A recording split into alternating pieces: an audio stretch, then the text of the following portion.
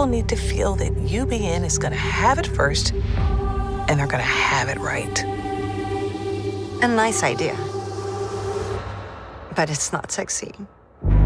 Karen, welcome to the Awards Tour podcast. Hi, thanks for having me, Jacqueline. Yeah, so first of all, congratulations. This is not fresh, but it is still, you are a recent Emmy nominee for the last season of the morning show. And I do have to feel, does it feel a little bit different walking into the next season, be like, come back with a little Emmy glow? It does feel like that a little bit. I gotta say, it feels like that a little bit. No, you know what it does? It feels like a relief. It does feel like you don't have to campaign for yourself anymore, tell people to come over and watch the show or any of that stuff. And it feels like everybody, because we all were nominated. You remember, we all got a nod. So in many ways, all of us were like, yeah, okay, we did it. We're doing a great job. Let's see what else, let's see what else we can do. Yeah. And I really love the folks at Apple for giving this show, I think, a chance, because it has just gotten better. And I think the first season I love. And so I'm not saying it wasn't starting off fire, but every season y'all have really dialed it up and brought more drama, more antics, more moments where I'm like, what are these women getting into? And I think this next season, believe it or not, I mean, let me just say, by the time we get to episode 4, my jaw is dropped. And I think you understand that. You know what I mean? Yeah. So talk about coming into this season, because from episode 1, it gets radical. And I'm not telling anything out of school because the previews have said this. You're like tasked with bringing Bradley back. Like this whole, like just that alone. And then they, of course, send you down to do it. Yes. Yeah. I mean, I think you're right. I think we did start out this network. We did, bring our A game to season 1. And if it's possible, the show has gotten better every season that we've done it. And I think a lot of that is credit to, Jen and Reese and Mimi Leader and Michael Ellenberg. But I think it also has a lot to do with the incredible writers' rooms that they put together. Our story isn't ripped from the headlines as much as people want to think that it is. It's the ingenuity of these writers and these producers who have decided they're going to keep their finger on the pulse of what this story is about and how to create these stories over time with incredible actors and keep bringing in extraordinary actors. I mean, Marianne and Jeremy and Aaron and Nicole Bahari. And so coming into season 4, as far as Mia was concerned, it was really about continuing to explore what power and privilege looks like in the hands of a new regime at UBN. And that's in the hands of Stella Bach and Alex Levy. And Marianne's character. Does it look all that different in their hands? I would say we're going to watch to find out. We're going to watch to find out. And how Mia tussles with this new regime over time at UBN, which is really fascinating. She definitely comes into her own by the end of the season. So, yeah, I was just going to say, too, because Mia has always been, I think, in this horrible intersection of she knows she is the person that is most likely to bring right and to the might of the network. But she also realizes to be that person, to sit in that chair, she's awful having to shovel a lot of higher ups things down to her friends that she works more closely with. Yeah. She is literally like, the worst part of middle management, trying to elevate in this season. I'd like for you to, if you could preview a little bit of like that aspect of it, because these friendships that you talk about with Stella, it's not that it doesn't play out. I think there's some parts of Mia where she definitely learns more about what she thought this season than she would have said maybe, all the way up to this point. Yeah, I think that almost all the women in some way, they're carrying this water of, let's make this a better industry. Let's make this a better company. Let's make this a better end on behalf of women. Let's do the thing that we said the men could never do, right? Finally, we get the reins in our hands, and it's unwieldy. It's cumbersome. And I think Mia is one of those people that has been there to protect the people that work there. She's there as a company person. She's there to take care of the morning show. But in many ways, Alex Levy has been doing the same thing in her own way. And in many ways, Stella Bach has been doing the same thing in her own way. I think the incredible writing team at the morning show has had these stories and these relationships, and these women intersect. And we see the conflict of what that dynamic, what that power dynamic does to them. Power corrupts. Period. Like, it doesn't matter your gender or your sex. And what is it like when Mia, with all of her nobility and her dignity, what is it when she interacts with it? Who is she? Who does she become? And I think by the time we get to episode 3, you're not sure, if she is going to remain the invisible hand that stays in there and makes a difference and looks after people, or if she's going to abandon ship. And so, that's the great journey of this character. It's been interesting over several seasons of being a character that is in it to win it and, suddenly is looking out for herself. Ruthless. Yeah, questioning what the win is and if the win is here, right? Yeah. Which I love. Yeah. I won't preview it because I want folks to see what I've already seen, but that episode 3 is called Tipping Point. Yeah. And I want people to notice, I don't know if this is real, but I noticed that it is literally smack dab in the middle of the episode. We are staring at your face right before you give one of the most impassioned pleas. Oh. Not even pleas, impassioned clapbacks to somebody talking about journalism. Okay, listen. All right. Tell me what it's like when you get those signs, because that's a fun day. That is a fun day. Yeah. I got that episode and I was like mouth watering. Like, thank you, Charlotte. Like, thank you, Kimmy. She's the writer. Thank you. Same with episode 5. Thank you, Vanessa Baden Kelly. I mean, and one of my favorite directors, Stacey Passon, is directing it. You go in there with the idea that you are going to sort of, give your 1-2 punch. And as things go, you understand that really it is about sharing common ground with someone. I don't think Mia thinks that she is going to give that speech until right before she actually gives it. You know what I mean? It's great when you're in the middle of a character arc and you suddenly find out something new on behalf of that character. You're able to imbue wisdom into that character in that moment. But yeah, that line where she says the truth is incendiary and it's under attack. Is that sexy enough for you? That was a moment. That was a moment. That was worth it. Yeah. Can't wait for folks to see that moment. And you were so good in it. I can hear the award show pantheons playing in the background. When I hear that and did you know you had so many scenes that I love where I'm like, again, I always talk about it, but I watch it. As someone that works in journalism-ish, for Bad Day at the Office, that scene with you, Holland, and Nicole, that's therapy. That is not. Yeah. You just play a little wish fulfillment. What is that scene for you, though, this season? What are the ones, and maybe it's the one we've already referenced, but I actually think there's some other ones, too, that you could sort of say, which one were you most excited for audiences to see? Well, there's a scene with Alex Levy in episode 5. Yeah. In the teacup. For many seasons now, Mia has been a character that has been heard but not seen. And so this season, she is heard and seen, right? Millicent Shelton, who's the director of the episode, and I literally just saw this episode this afternoon, has this red exclamation point, which is Mia in the center of this neon lit teacup with the blue and the yellow and the white. And Alex comes bursting through the door with all of her ego, and Mia's not starting the scene with her.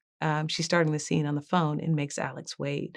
And, that was one of my favorite scenes, just to see how, not just how the dialogue went, but also how Mia's body changes by the end of the season. When you see her walk out, you're like, oh, that's a different woman, and that physicality was really going to be fun for me to figure out how to create, because I don't think that she knows how she's going to say everything that she's going to say when she's in the scene, how she's going to say it.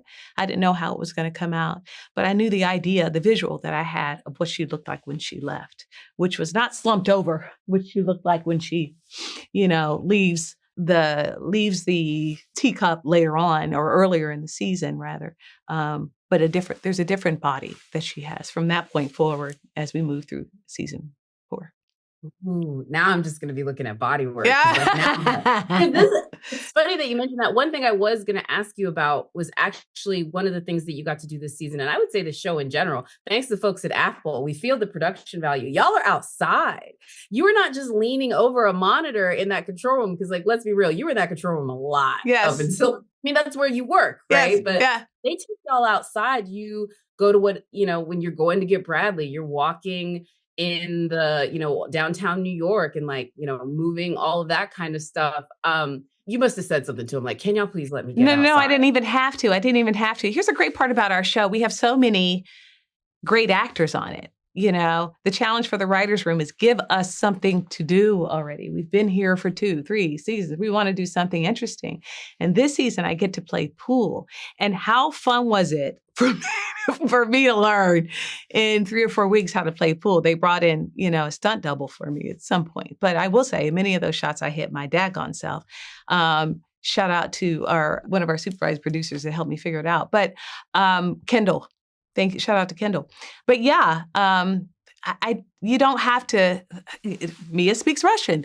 Mia plays pool. Mia, walks past a Bergdorf window, and suddenly you see her in a red suit. Like, I don't even have to come up with these things or tell them what to do. They know. All of this genius is in the writer's room. It's not with the actors. Well, then I know that they had that all in there. I was going to also say, I was like, well, if it wasn't that, did you bribe the costumers? Because the fits, there is a maturization that we see in Mia throughout this season, and they made the wardrobe match. That is did you steal anything? Yes. Tell me your favorite outfit. Obviously the red is iconic, but there's some other ones that are, I think, just as subtle. Like there's one where she looks like she's coming in to bury her third husband. And it's dark. You know what I mean? You know which one I'm talking about? I can't remember which season. I actually am ambassador for one of the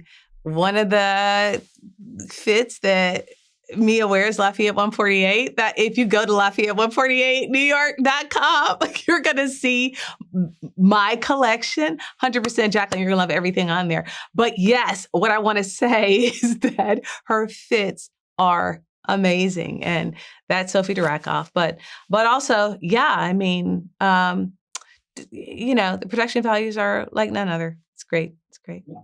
No, I want to say that. And also they dress Reese. I mean, Jen, of everybody, course. Everybody. Yeah. Everybody. And it's very thoughtful too. I mean, the fact that she is in a red suit, that she walks in a red suit, that she struts in with some red bottom shoes. I mean, they could have been playing Bodak Yellow as far as I was concerned. A Cardi B song. It would have been just as powerful. Do you know what I mean? Actually, that is make the fan edits, internet. Come on, make it happen. Yeah. TikTok will make it happen. TikTok will make it happen.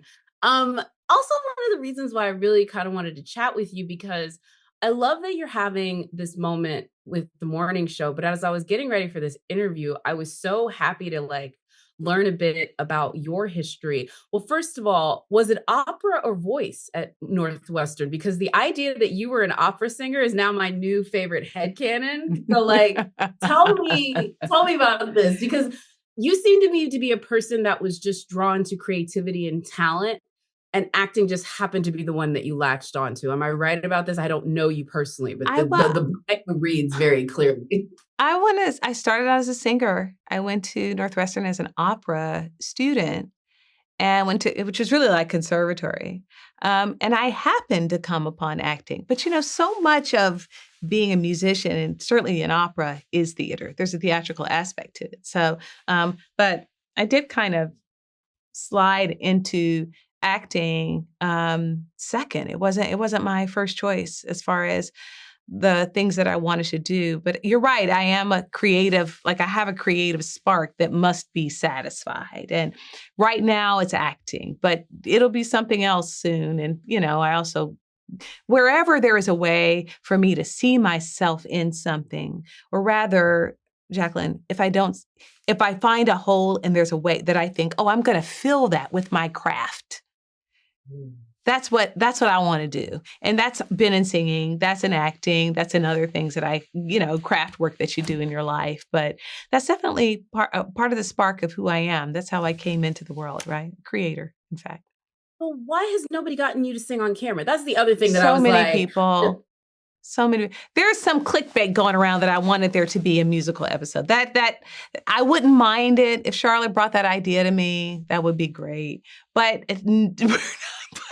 or if they are planning a musical episode for season 5, I don't know. And there's plenty of places where I actually do sing. I just haven't done it out in public yet. But we're going to make it happen because we're talking about it so much.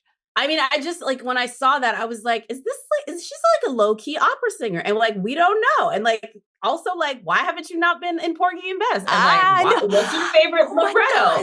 There's some questions we have now. That's my favorite. You know, my friend Lynn Nottish has she's done a Porgy and Bess. Yeah. So do you fight her about it? Be like, girl, this is how I would have done this.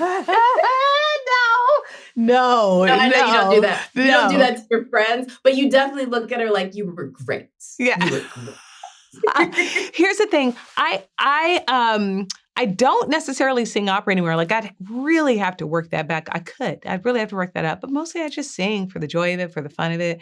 I do write songs. We're going to find a place to put it in, Jacqueline. Don't you worry. In a year or two, you're going to be like, I knew it. Here it is.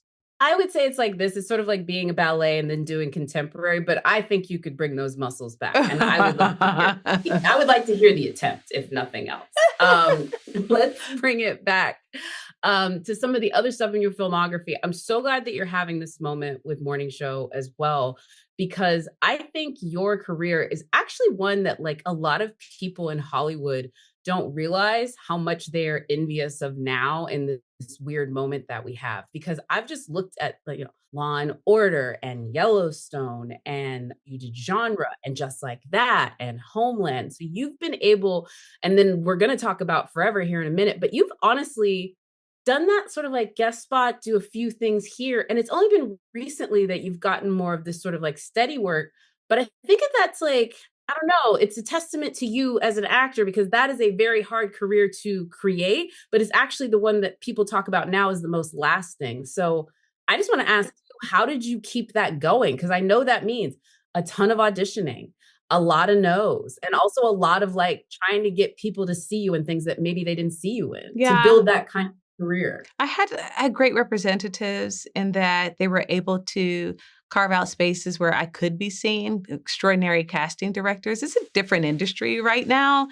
I also actually created a lot of work that ended up coming to the surface during the pandemic, right? So I'd been really a journeyman actor and doing meaningful work on television, but guest stars and recurring on The Americans, Blind Spot, and I did this thing with Louis C.K. many years ago, and all of those things started to come to the surface. And of course, this was that boom in 2021 and 2022 where there were like a billion shows on television. And if you weren't working as an actor, it was like, you're not trying. Do you know what I mean? But I find that I'm attracted to very specific collaborators, and there are very specific collaborators that are attracted to me. I'm not often seen for, stereotypical African-American women. And if I am, I really do have to know who is creating and collaborating with me, who are the artists, who are the writers. Been asked for many years to do mother characters. It took a long time for me to decide to do something like Forever, because I knew it was going to be a nuanced portrayal of a woman. I got to the Morning Show because of the great writing of our original showrunner, Carrie Aaron, and the opportunity to work with Mimi Leader and all of the actors on the show. But, crafting a career in this industry as an African-American woman is very hard. It's extraordinarily difficult.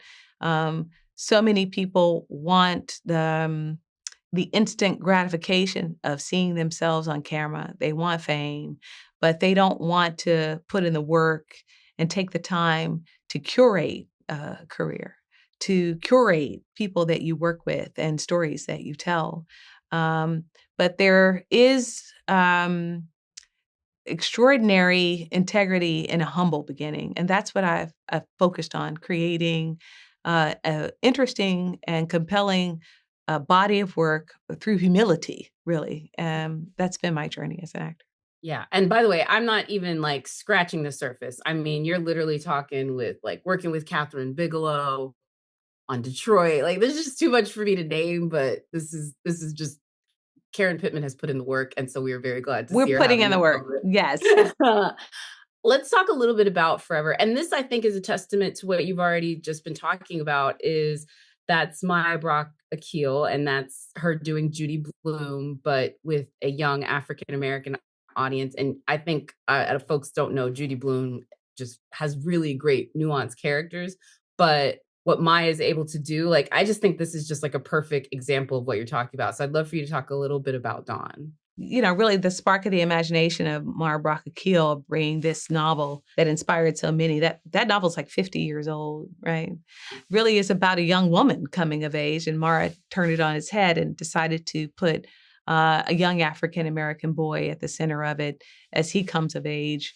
And the other thing that she did was that Mara does so well is that she puts a community of people around them to show how much love and support that they have, but also gives them a life. And as a part of creating with Mara, the great benefit of it is that she is centering women of color. She centered Black women for her whole career. That's part of the joy of working on the morning show as well. I mean, women are centered. This show is women-led, women-centered. We have yet to see an African-American writer, female writer's gaze on the Black family in America. And this is Mara's, not her first attempt, but I think it's one of the more compelling stories that she's told. I think the source material is wonderful, but I also think that she has a real take on it that's been successful. I'm so surprised at the number of women who actually see themselves as Dawn. I really thought that this show was going to be about these young African-American children coming of age. The fact that there are so many women who have come up to me, and Black women who come on to my social media and tell me how much this character means to them is like, it's the cake and the icing. Do you know what I mean? Like it was completely unexpected. But it just, it goes to this idea that I was saying of being very intentional with the roles that you choose and the things that you do and the people you work with. Oh, I dig it. All right. So we have, I will say, the incredible cast that you already have. I don't even know how someone schedules your episodes with like as many people as y'all have. Shout out to Kendall. Yeah. Okay. But you've also added in some new players. And some of them you share a lot of time with, and some people that you less so. But which one did you read about or know about? And you were like, wait, we got Jeremy Irons? Yes. It was Jeremy Irons. It was Jeremy Irons. Yeah. The first table read that we had with Jeremy there, I remember just sitting at the table read because he was on a Zoom on a big screen. They have in the room, a big screen with Jeremy Irons on it. And I was just sitting there like this, just watching. It's a masterclass on Zoom. Like, what kind of actor gives you a masterclass on Zoom? Jeremy Irons, that's who. And I remember looking up and I saw Billy on his Zoom, and he was just same position I had, just looking at Jeremy Irons on Zoom. But of course, I was excited about Marion Cotillard, and just fell in love with Aaron, just a sweetheart of a guy. I don't have any scenes with him. He's a cutie. I'm not going to say anything because I don't want to like preview anything, but Greta Lee has a great agent. That's all I will say. I'm not going to say anything. I'm not going to say anything either.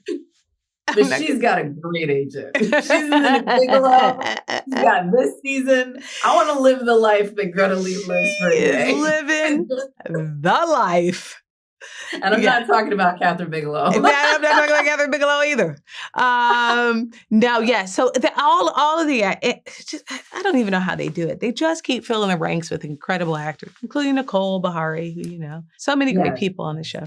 So many people that get me so excited. Anyway, we do have to get out of here soon, but we're also, this is Rotten Tomatoes. This is going to be a part of our awards tour thing, but we say that recommending movies is how we show love, and recommending television shows is how we show love to the people that we care about. What are you watching? What would you be recommending to anyone to watch right now besides the next season of the morning show? Yeah, I'm recommending Second Set. It is a documentary on Naomi Osaka coming back into tennis after having her baby. And it is a love letter to Shai, her daughter, but it also is this incredible affirming story about a woman who has a baby and who decides to take her life back into the direction. And I say back, but I don't mean back. She says, I'm not, it's not a comeback. I am not going to go back to the way I was before. There's no way I could ever. I am moving forward into the future. And I'm so inspired by her. I mean, she's younger than me, 27, out in the world doing these incredible things. I think she's such an incredible athlete, but I'm just inspired by her as a human being. So I would definitely say, weirdly as it sounds, go to Tubi and watch Second Set, which is Naomi Osaka's. Oh my God. I want to thank you. You've told me about something that I didn't know about, which I'm not going to lie to you. And this job rarely happens for me. So I'm going to give you the award of that one. It's an incredible documentary produced by Maverick Carter and LeBron James and Hanamura. I can't remember what the exact name of her production company is, but it's really great. It's very inspiring. I loved it. I cried. I loved it. She's amazing.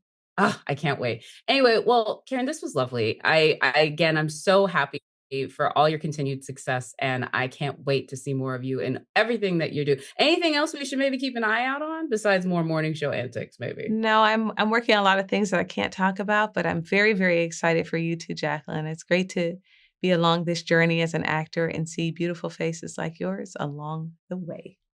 Girl, just trying to barely keep up with you. You're keeping it up. You're keeping it up.